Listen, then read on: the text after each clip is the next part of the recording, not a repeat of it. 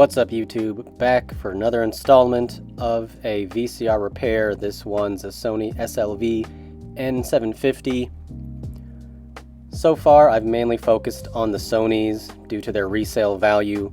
I can typically pick them up for a little under $30 shipped, and you can sell them for a little bit over $60 plus shipping, so that's why I'm focusing on those. Going to disassemble this and take the top off.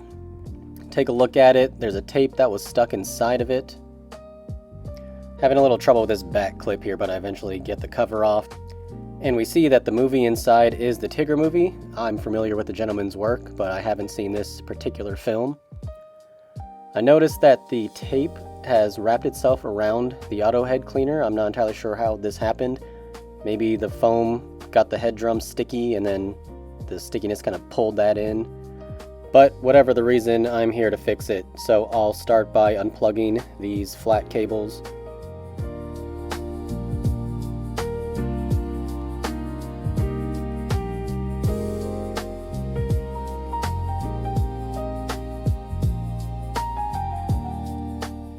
Need to release this magnetic tape from the auto head cleaner, and then what I'm going to do is actuate the loading motor. So I'm just going to spin it by hand. That'll help pull the tape out and put the loading deck back into the home position where I can retrieve the tape. So I'm pushing this down. Some VCRs have a belt here, so in that case you'd have to pull on the belt or the pulley that the belt rides on, but I'm just pushing this down and you can slowly see the tape starting to lift up out of the mechanism. Once it's released enough, I'll just physically pull it up and out.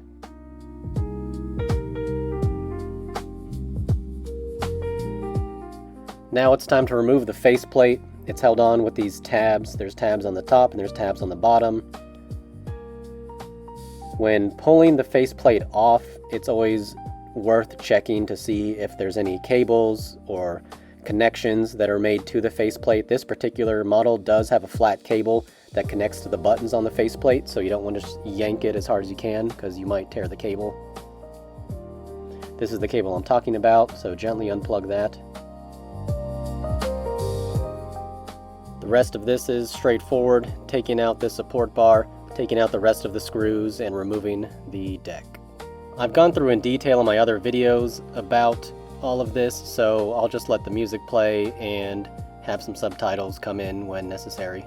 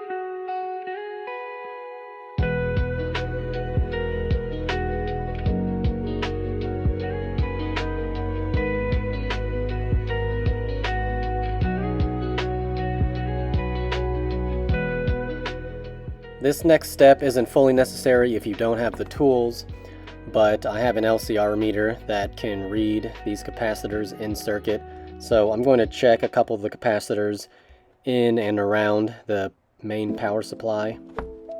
Totally optional. If your unit is in good working condition, it powers on fine. This step just gives you an idea of the state of your capacitors. And if you've made it this far in the video, I'd appreciate if you'd like and subscribe, comment, ask any questions you may have.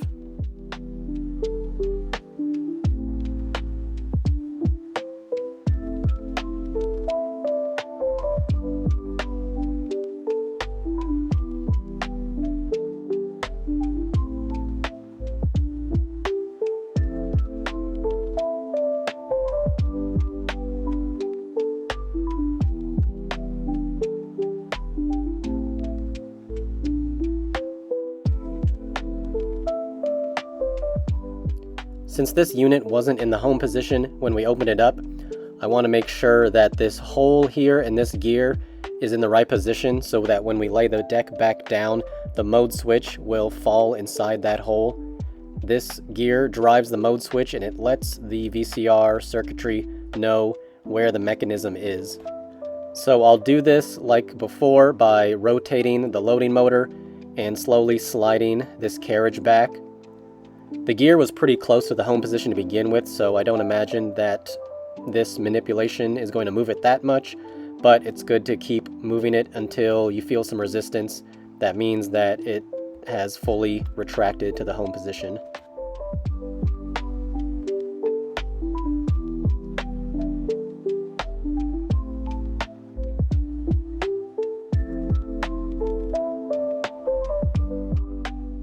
I'm about to drop the deck back in, and this is when the electricity gets a little wonky and I lose power. So the next day we're back and I go to drop this deck in, making sure that everything's still the way that I left it. The mode switch gear is in the proper position, and I just slide this back into place.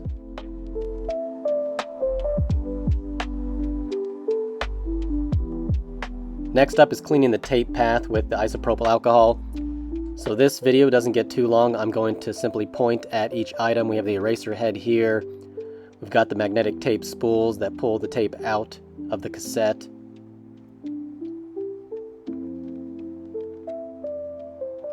I've got the audio pickup head there. This capstan shaft there. And with the acetone, I will clean the pinch roller, scrub it while rotating it. Now taking the super lube and adding grease back to anywhere that was cleaned off. The tracks here where the arms slide back and forth, the carriage mechanism itself, the loading gears, anything that would move really. You don't have to go too heavy with the grease, just a light greasing is fine. The final item to clean are the heads themselves. I take a folded over piece of printer paper and get that wet with some isopropyl alcohol. Then I press it into the head drum as I spin it, and this usually cleans the heads pretty well. For this particular unit, that was not enough. When I went to go and sell this unit to someone, the tape still had a bit of fuzziness, so I did the old fingernail trick, and maybe I'll show that in a future video, but it's not recommended, but it works.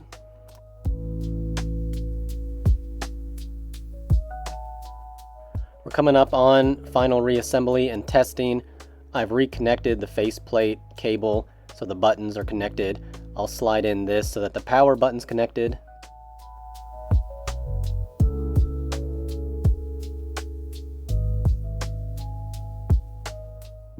Then I slide in a tape and we see what happens. Drops in fine, pulls out the tape, starts reading it. Here's where I look at the screen and I start noticing some fuzziness that looks a bit odd, so I start wiggling the cables. Maybe there's not a great connection somewhere.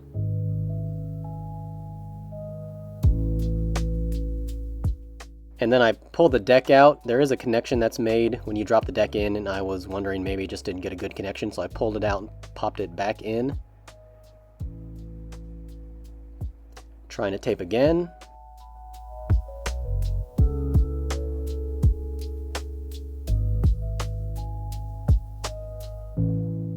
but I'm still noticing the same fuzziness on the screen. And then I remember that there is a grounding strap in the back here, and I push that grounding strap down into the chassis ground. It clears up the fuzziness fine. Next, I'm pressing the buttons on the faceplate, and they're not really doing what they're supposed to be doing. Only rewind seems to be working. Fast forward, stop, pause, none of these buttons are doing anything. So rewind and eject are the only two buttons that do anything. So I pull the faceplate off and start diagnosing the problem, starting with the possibility that maybe this board's bad or maybe the cable connection is bad. So I unplug the other side of the cable as well and then plug both sides back in and retest. However, this was not the solution to the problem. Then I get out my LCR meter and I test the contacts across each switch. I put the LCR meter in diode mode, and when I press the button down, I'm listening for a beep. That means the button is functioning. Since the buttons are functioning fine, I then turn my attention to the ribbon cable itself. You can ignore this piece of paper, it's just the pinout of each button. And again, I'm looking for shorts here, so I have this multimeter in the diode testing mode, and when it finds a short, it beeps so that I know the cable is in fact good. And I found nothing suspicious about any of this, everything tested fine. So now it's on to the main board and to check that out. As I pick the board up and flip it over, I see exactly what's the problem. There is quite a large chunk missing from the board right around this mounting screw hole. Here's a zoomed in picture of it with a magnifying glass, but you see there's at least 3 traces broken right here. And the only solution for this is to add some jumper wires, basically retrace these connections. What I'm doing with this multimeter is I'm looking for where these traces ended up. These traces are pretty fine, so I just want confirmation from a multimeter of where they go. So on my right hand, I'm probing the broken trace, and with my left hand, I'm searching for the solder connection that I think it goes to. When I hear a beep, I know that's where the trace ends up. I have this fine 24 gauge wire that I bought specifically for retracing another project, and I've got a lot left over. Here I'm making sure the wire length I cut is adequate. It needs to go from one point to the other while avoiding these cutouts in the circuit board because a part of the VCR frame sits inside this cutout. So I prepped each side with a little bit of flux to help that solder flow and remelt. And I've got the soldering iron turned up, and I just push the end into this joint.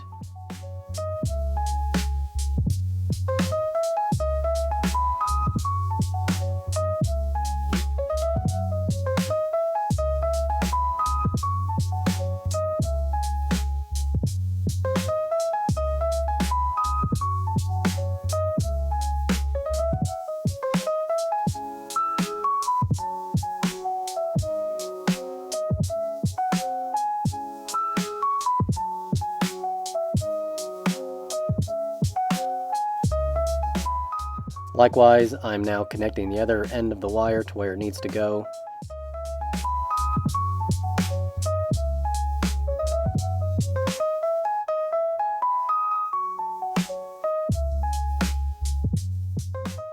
And I repeat this 2 times for the other broken traces.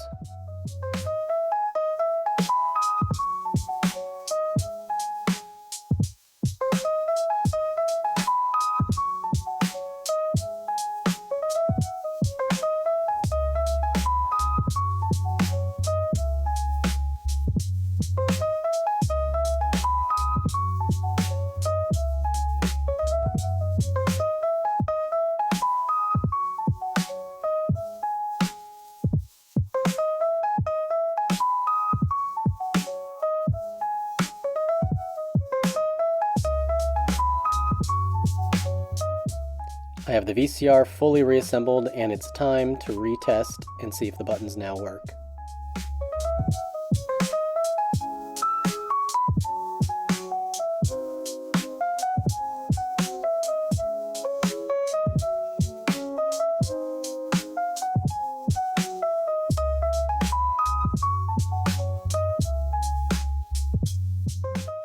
And here's the moment of truth.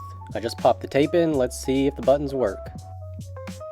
Cycling through each function, it appears everything now works again. So that retrace was indeed successful.